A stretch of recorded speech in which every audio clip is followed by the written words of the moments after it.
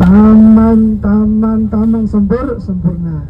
Nah, kira-kira amalan apa itu? Yang apabila kita lakukan, kita akan mendapatkan pahala haji yang mabrur. Amalan apa itu kira-kira? Kira-kira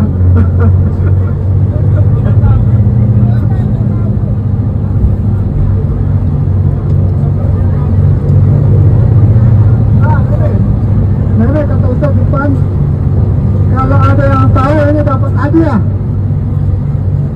Ayo, siapa yang tahu? Cari di Google dulu Ustaz. Salat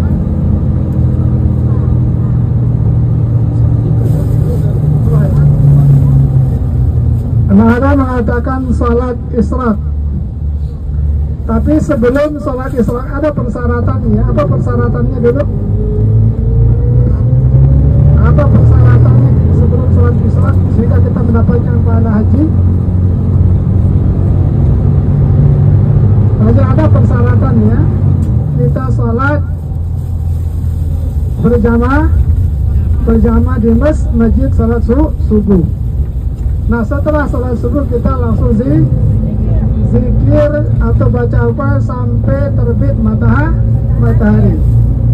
Nah, setelah lewat 15 menit setelah terbit matahari, nah kemudian kita salat syuruk atau salat Islam.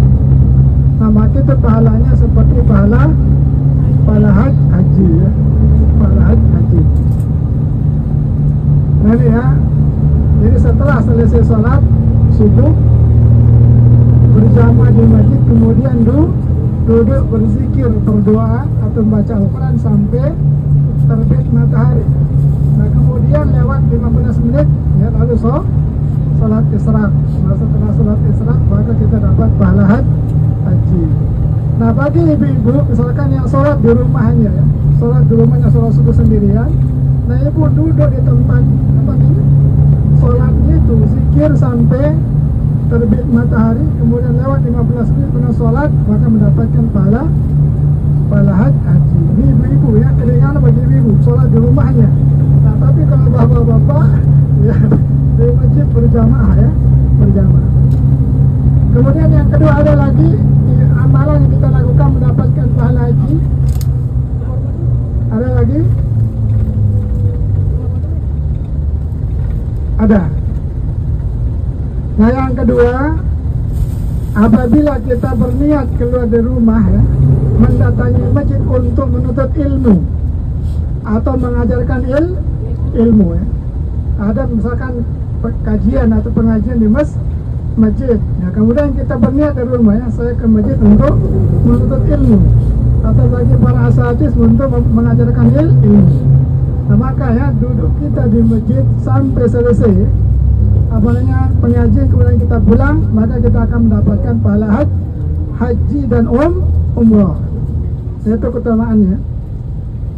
Makanya bagi bapak-bapak, ibu-ibu yang belum melaksanakan ibadah haji, nah ini dulu dikerjakan ya. Jadi untuk mendapatkan pahala haji, pahala haji. Nah ya, jadi dua. Pertama, setelah salat subuh duduk berzikir sampai terbit matahari, kemudian lewat 15 menit, nah kemudian sholat isyraq. Nah, yang kedua menghadiri majelis ilmu di masjid ya, tapi niatnya dulu ya, saya ke masjid untuk menuntut ilmu atau mengajarkan ilmu, maka pulang-pulang nah dia akan mendapatkan pahala haji yang mabrur ya. Nah, ini mudah-mudahan Allah Ta'ala berikan kita kemudahannya. Dan nanti setelah kita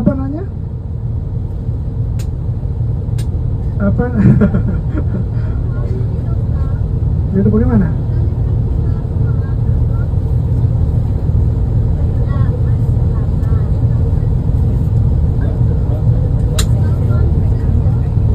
Kalau ibadah sunnah itu wajib minta izin sama suami. Misalkan apa? Puasa sunnah. Suami ada di rumah, wajib minta izin. Apakah boleh saya puasa? Kalau dia perbolehkan puasa, kalau enggak haram puasa. Kalau puasa sunnah. Nah, begitu juga dia nunggu suruk suami sementara butuh sarapan ya. Nah, itu tidak boleh itu. Makanya Rasulullah SAW ya, pernah mengajarkan Aisyah radhiyallahu anha kalau nggak salah. Nah beliau duduk, ya kan Rasulullah SAW kebiasaannya setelah salat subuh beliau duduk di masjid zikir sampai waktu duha, baru beliau pulang. Nah ditemukan istri beliau zikir di tempat zikir itu. Kemudian Rasul mengatakan ya, ada zikir ya yang apabila engkau baca 3 kali maka akan melebihi zikir yang lain. Apa zikir itu? Subhanallah, subhanallah wa bihamdi, subhanallah wa bihamdi adada khalqihi wa ridha nafsihi wa zinata arsyihi wa midada kalimatih. Itu dibaca 3 kali. Ini bagi yang sibuk-sibuk ya. Setelah salat subuh zikir pagi itu aja cukup sudah itu. Subhanallah wa bihamdi adada khalqihi wa ridha nafsihi wa zinata arsyihi wa midada kalimatih. Bisa dihafal itu? Subhanallah wa bihamdi adada khalqihi wa ridha nafsihi wa zinata arsyihi wa midada kalimatih. Nah ini zikir bagi orang sibuk ya, apalagi sibuk di kantor ataupun di mana ya. Jadi setelah salat subuh jadi dibaca 3 kali, nah kemudian sudah cukup ya. Jadi zikir paginya atau nanti sore zikir petangnya bagi yang sibuk ya. Jadi banyak amalan-amalan yang sedikit kita lakukan tapi besar pahalanya insyaallah taala. Sama dengan hadis Rasul mengatakan 2 kalimah ya, yang ringan di lisan tapi berat di timbangan. 2 kalimat zikir yang ringan di lisan tapi berat di timbangan. Mana dia? Yang tadi itu subhanallah wa bihamdih subhanallahil azim. Itu ringan kan? Subhanallah wa bihamdih subhanallahil azim. Itu ringan dibaca ya, tapi nanti berat di timbangan. Berat di timbangan. Dan amalan ya yang paling Allah Ta'ala cintai kepada hambanya apa? Zikir.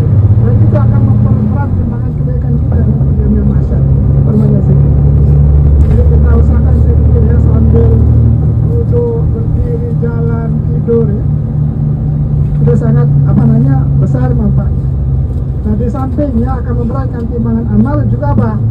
Akan membersihkan hati. Jadi hati kita jadi tenang. Atau mengatakan ala bizikrillah tatmainnul qulub, bahwa dengan berzikir hati jadi tenang. Nah jemaah sekalian yang dirahmati Allah SWT, nah sekarang kita akan menuju kebun kurma ya. Nah di kebun kurma kita akan mendapati toko kurma. Toko kurma. Nah di sana dijual berbagai macam jenis kurma. Ada juga di sana coklat dan sebagainya. Nah di sana kita diperbolehkan mencicipi ya. Ya halal mencicipi 1, 2, 3. Bisa dicicipi semuanya 1, 2, 3 kurma bisa ya. Enggak, kena dibayar ya. Ya kalau dibungkus harus wajib dibayar ya kalau sudah dibungkus. Dibayar. Nah, kita di sini ya. Nah ini kebun kurmanya.